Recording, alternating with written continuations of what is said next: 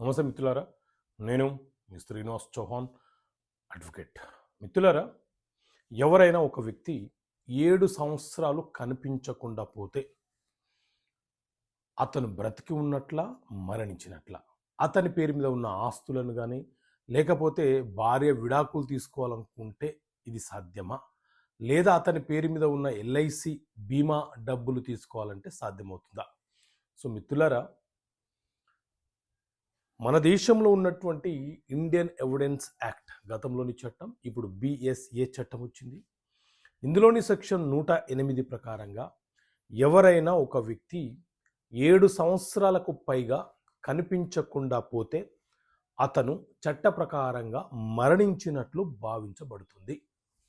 మరి 7 సంవత్సరాల కాలాన్ని ఏ రకంగా లెక్కిస్తారు అని అంటే, ఎప్పుడైతే ఒక వ్యక్తి కనిపించకుండా పోతారో ఆ మరుక్షణం మనము పోలీస్ స్టేషన్కి వెళ్ళి కంప్లైంట్ ఇచ్చి ఎఫ్ఐఆర్ రిజిస్టర్ చేపిస్తే ఆ రోజు నుంచి 7 సంవత్సరాలు అతను తిరిగి రాకపోయినా, కనిపించకపోయినా, ఉత్తరం రాయకపోయినా, ఇలాంటి కమ్యూనికేషన్ లేకపోయినా అతను మరణించినట్లుగానే చట్ట ప్రకారంగా భావించబడుతుంది.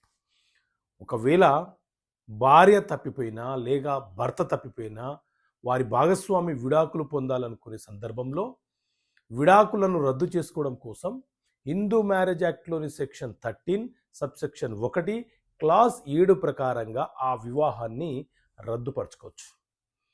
ఒకవేళ కనిపించకుండా పోయిన వ్యక్తి పేరు మీద ఏదైనా ఒక జీవిత బీమా ఉంది, తమ కుటుంబానికి ఆసరగా ఉంటుందని ఆ బీమా వాళ్ళు చెల్లించారు, ఇప్పుడు అది తిరిగి పొందాలనుకుంటే 7 సంవత్సరాలుగా కనిపించకుండా పోయినందుకు ఉన్న ఎఫ్ఐఆర్ని ఆధారంగా చేసుకొని declaration of death certificate court నుంచి పొంది బీమాని పొందే అవకాశం ఉంటుంది. సో మొత్తానికి 7 సంవత్సరాలు కనిపించకుండా పోతే చట్ట ప్రకారంగా మరణించినట్లుగానే భావిస్తారు. అతని పేరు మీద ఉన్న ఆస్తులను కూడా వారసులు తమ పేర్ల మీద మార్చుకోవచ్చు. కానీ మీరు చేయాల్సిందల్లా, ఎప్పుడైతే ఆ వ్యక్తి తప్పిపోయాడో అప్పుడే మీరు కంప్లైంట్ ఇచ్చి ఎఫ్ఐఆర్ రిజిస్టర్ చేయించాలి.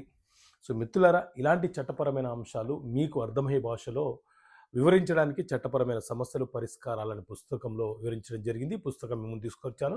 ఈ పుస్తకం కావాలనుకుంటే ఇక్కడ కనిపిస్తున్న నెంబర్ కాల్ చేసి ఈ పుస్తకాన్ని పొందండి.